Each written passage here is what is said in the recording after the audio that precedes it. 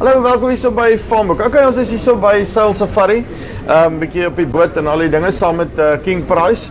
Nou, ons praat vandag met Theo Venter. Wat is sy opinie oor die opkomende verkiesing? Hoe lyk die dinge? Waarna moet julle op die uitkyk wees en hoe beïnvloed dit moontlik jou boerdery? Theo, gaan dit? Dit gaan goed met my, op hierdie skip, al is hy swel soos hy is. Nee, uitstekend. Zeg 'n bietjie vir my, ons sit nou in 'n tyd wat ek dink seker waarskynlik vir Suid-Afrika gaan teruggaan in die geskiedenis of in die geskiedenisboeke gaan ingaan as 'n virkpad. My opinie is, of ek sê my opinie, maar baie van die ouens sê, wag, kyk ons na die verkiesing sal ons weet waar die goed heen gaan. Wat dink jy? Kyk, een van die geuite uitdrukkings is dit gaan 'n belangrike verkiesing wees. Wel, al die verkiesings tot nou toe was belangrik, maar ek dink hierdie een is spesifiek belangrik vir Suid-Afrika omdat dit 25 jaar na 1994 plaasvind. En een van die betekenisvolle goed daar is dat een generasie is verby. Ons kyk eintlik na 'n nuwe soort politikus wat na vore gaan tree na Mei maand. Die oues ken ons, die politieke partye ken ons, maar ek dink daar is besig om stadig maar seker 'n verandering plaas te vind in wie in die parlement gaan kom en hoe hulle na probleme gaan kyk. So dis die eerste punt wat ek wil maak van 'n. Hoe lyk daai politikus? Verduidelik net. Hy's jonger. Hy was nie in die struggle nie. Die struggle is 'n storie vir hom. Hy word gekonfronteer met 'n Suid-Afrika waar dinge sukkel om op dreef te kom. Aanvanklik was die romantiese idee in 94 Suid-Afrika is maar net 'n voortsetting van die ou Suid-Afrika en die ouens gaan aan met die goed wat hulle gedoen het. Wel, dit nie gebeur nie. Instandhoudinge daaronder gelei. Eskom is eintlik 'n proxy, 'n voorbeeld vir hoe dinge kan skeefloop. Eskom wat 90% van die krag lewer in die land het misluk in terme van bestuur, instandhouding en hoe hulle gefinansier word. En dit kan jy uitbrei na 'n paar plekke toe. So hierdie verkiesing is nou daar om vir Suid-Afrikaners te sê, kan ons die ding verander? En is dit moontlik om diep korrupsie, 'n institusionele korrupsie, wat ons nou ken as staatskaping, want dit is al wat staatskaping is, ja, is diep korrupsie. Kan ons dit stop en wat is die kanse dat die ANC, wat eintlik maar in die dok is voor die Zondo-kommissie, dis nie 'n paar individue nie, dis die ANC, dis die regerende party wat eintlik daar sit en vir die res van Suid-Afrika sê, sorry, maar ons het diep gevat, baie diep. Nou is die vraag, kan een ou, Cyril Ramaphosa, kan hy die ANC uit hierdie korruptiewe en korrupsiekultuur uitlei, wel wetende dat sy sidekick, Ys Magashule, is nou die dag in 'n boek blootgestel as nog een van die groot kripvreters in die land. So, al hierdie goed saam maak vir 'n baie belangrike verkiesing. En nou vra jy vir die boere, wat hou die verkiesing vir hulle in? Wel, vir die boere is die groot vraag, hoe gaan die uitslag lyk? Want die uitslag van die verkiesing op die 8de Mei gaan bepaal hoe vinnig of hoe stadig die grondwet verander gaan word. Want die bedreiging wat daar bestaan is 'n onteiening sonder vergoeding wat nou 'n grondwetlike wysiging moet word. As die ANC 'n groot oorwinning gaan behaal, kom ons sê hulle kry 60% plus 'n paar stemme, dan is die wysiging van die grondwet vir hulle nie 'n groot probleem nie, want hulle het net 66% stemme nodig om dit te doen. As die ANC egter swak doen, kom ons sê hulle kry onder 55%, dan is die soeke na 'n partner is nou 'n ander ballgame. Want as die EFF sleg doen, dit wil sê hulle kry omtrent 8%, die ANC doen sleg, hulle kry omtrent 54%, het hulle nie 66 nie. En die vraag is, wie's dan die partner? Ja, maar hoe sien jy die DA in hierdie besigheid inspel? Kyk, daar's 'n paar politieke partye wat uitgesproke teen onteiening sonder vergoeding is. Die een is die DA, die een is die IFP, die derde een is die Vryheidsfront Plus, die vierde een is die ACDP en die vyfde een is Cope. Hulle het klaar gesê, ons speel nie die game nie. Ons wil nie daarin wees nie. So daar is 'n duidelike groep in die parlement wat sê nee, en daar's 'n duidelike groep, die groter groep wat sê ja.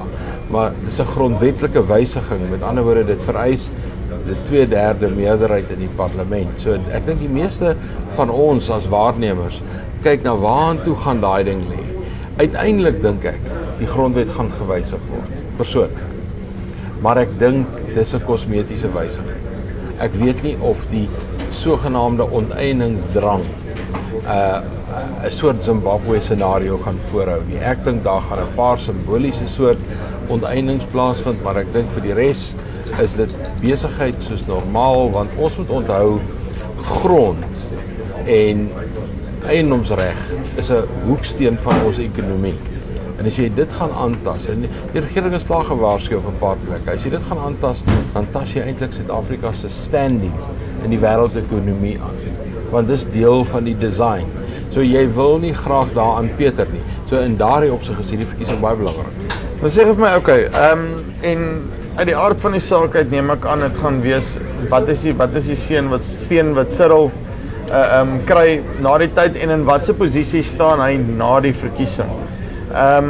Is dit 'n kwessie van, kom ons vat hipoteties, ek weet nie, jy het net gesê iewers tussen 54 of 58%, waar jy dink wat hulle steun het, kom ons vat om smack dam middel, kom ons sê 56, en die EFF kry 8% steun, byvoorbeeld, dan het hulle nog nie 2/3 nie. Kan hulle nog steeds 'n klomp van hierdie kleiner, wil sê, noem dit skatterpartye en daai goed bymekaar kry? Hulle kan die UDM nader trek, dit is reg, daar is van hierdie kleiner, miskien aan die PAC se kant kan hulle een of twee bytrek. Nee, dit is tog moontlik, maar dit gaan net baie moeiliker wees. En nou moet jy onthou, in hierdie soort deals het klein partytjies meer power, meer mag as groot partye. Groot partye kom met die bulk van die steun, 56%, maar om hulle oor daai grens te kry, het jy nou 'n klein partytjie nodig. En nou kan die klein partye eintlik enige voorwaardes stel. Ons het dit al gesien. Toe die ID met die DA gejoin het, Patricia de Lille, het sy eintlik gesê wat sy wil hê, want sy het hulle in staat gestel om iets in die Weskaap reg te kry. So klein partytjies is eintlik baie meer invloedryk na die verkiesing as wat hulle wil sê, en die groot partye, as jy hoor, wil nie koalisie ding aanraak nie. Hulle sê nee, ons sal na die tyd daaroor praat, maar hulle weet, hulle gaan na die verkiesing gaan hulle met koalisies besig wees. Byvoorbeeld, die ANC staan voor die krisis, hulle reeds nie meer die Weskaap nie, dit word deur die DA beheer en sal na die verkiesing steeds deur die DA beheer word, maar hulle word in die gesig gestaar deur 'n koalisieregering in Gauteng. Nou Gauteng verteenwoordig tussen 35 en 40% van die land se ekonomie. Nou as jy die regerende party en jou hoofstad is in 'n provinsie wat jy nie beheer nie, soos die parlement reeds is, maar nou is die uitvoerende gesag in Pretoria, dit beheer jy ook nie. Maar jy beheer nie eers die bestuur van die provinsie meer nie. Jy bestuur net die B-span. Die A-span is weg. Daar's 'n verandering in die design wanneer so iets gebeur. Nou, ek wil by jou hoor, Cyril, nee, jou persoonlike opinie. Ek ken nou die ou regtig en wat ook al, en obviously weet ons almal daar's 'n klomp verskillende redes hoekom hy doen wat hy doen en hoe hy dit op die einde van die dag doen. Wat dink jy in terme van sy persoonlike opvattings en waar hy persoonlik staan, het dit actually, kan dit enige gewig bysit om vir ons 'n beskerming te wees in hierdie klomp jare wat kom vorentoe? Ek dink die hele storie rondom Cyril Ramaphosa is 'n bietjie oordryf. Cyril is in die eerste plek 'n lid van die ANC en hy's president van die ANC. En ek dink daar is hierdie idee dat hy op sy eie 'n klomp goed kan regkry. Wel, hy is uiters bekwam. Hy is 'n ryk man. Hy verstaan besigheid, als dit goed, maar hy is in die eerste plek 'n lid van die ANC. Met ander woorde, alles wat hy doen, moet jy sien as die leier van die regerende party, die ANC. En nou kom die vraag, moet ek nou vir die jokkie stem, dis Cyril, of moet ek vir die perd stem, dis die ANC? Wel, jy het eintlik nie daai keuse nie. Jy stem vir 'n jokkie op 'n perd. Ek weet baie ons probeer in hulle koppe daai onderskeid tref. Nee, maar ons moet vir Cyril stem, want die ANC moet wen, want as die ANC nie wen nie, het die land moeilikheid. Ek koop nie daai argument nie. Ek dink om nou van Cyril af te beweeg na hoe moet ek stem toe? Ek dink jy moet jou stem strategies aanwend. Jy moet besluit waar wil ek stem wat vir die ANC waarskynlik die grootste uitdaging gaan bied.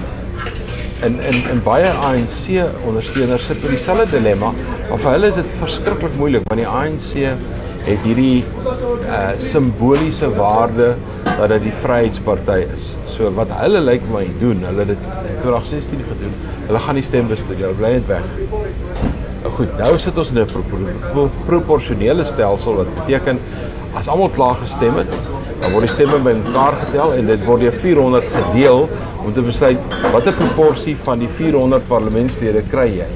As die stemtotaal laag is, met ander woorde as min mense kom stem, word dieselfde som nog gemaak, maar dit is vir die groot partye 'n bad ding as min mense stem. As baie mense stem, is dit vir die groot partye 'n goeie ding, want dit beteken meer mense wat hulle ondersteun kom. As daar min, as die stemtempo laag is, dan beteken dit net die werklik toegewyde ouens gaan stembus doen. So die ANC sou graag wil hê dat die stemtempo hoër as 70% moet wees. Ons dink dit gaan onder 70% wees. Dis hoekom ek veral dink die ANC nie die 60% tempo gaan haal nie.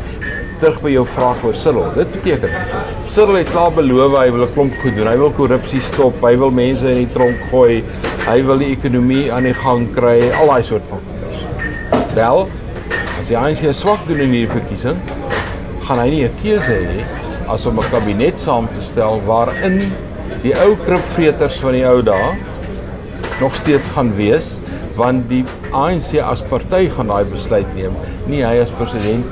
Volgens die grondwet het hy die reg om 'n kabinet saam te stel, maar ons weet, dis 'n teoretiese reg. In praktyk besluit die top 6 van die ANC wie is in die kabinet en wie nie, en hy gaan eenvoudig verplig word om sekere van daai ouens terug te neem in sy kabinet, al weet ons dat hulle name by die Zondo-kommissie genoem word, dat hulle in boeke staan en so meer. So ek dink sy kanse om as 'n man alleen die veranderinge aan te bring is baie laag. Laaste enetjie, jou persoonlike opinie, vergeet nou al hierdie ander dinge, jou persoonlike gut feel, wat sê dit vir jou? Sê dit vir ons het nog 'n toekoms hierso na hierdie verkiesing, of lyk die goeders maar bietjie dodgy op hierdie stadium? Nee, ek dink bepaald ons het 'n toekoms in die land, want een van die goed wat Suid-Afrika nog altyd uniek maak, en ek dink dit word aan nou generaal Smits toegewy hierdie uitspraak. Hy sê die slegste en die beste gebeur nooit in die land. Dit is altyd so half 'n bietjie van die een en 'n bietjie van die ander. Nee, maar wat goed is vir my van wat ons tans beleef, in Suid-Afrika is nie op 'n goeie plek. 'n maand of 2 voor die verkiesing nie, met brandstofpryse wat styg, met Eskom wat sukkel en so meer. Stelsels soos ons het krisisse nodig om tot verhaal te kom. Ons sê maar ons kan nie aangaan op die Eskom pad soos ons aangegaan het. Maar ons het die krisisse nodig om mense te oortuig dat daar 'n verandering nodig is, en ek dink dit is my view, dat hierdie krisis waarin ons nou is een van die beste goed wat ons kon gebeur het. Theo, baie dankie. Right, so dit is Theo Venter hierso van die Seil-Safari af. Interessant om altyd te hoor en hoe al hierdie goedjies moontlik kan uitspeel en hierdie dinge. So ja, kom ons kyk maar hoe loop hy. Ek weet dit raak ons almal direk. Maar kom ons hou moed. Ons is nou maar hierso en dat ons maar deurtrek. Going forward.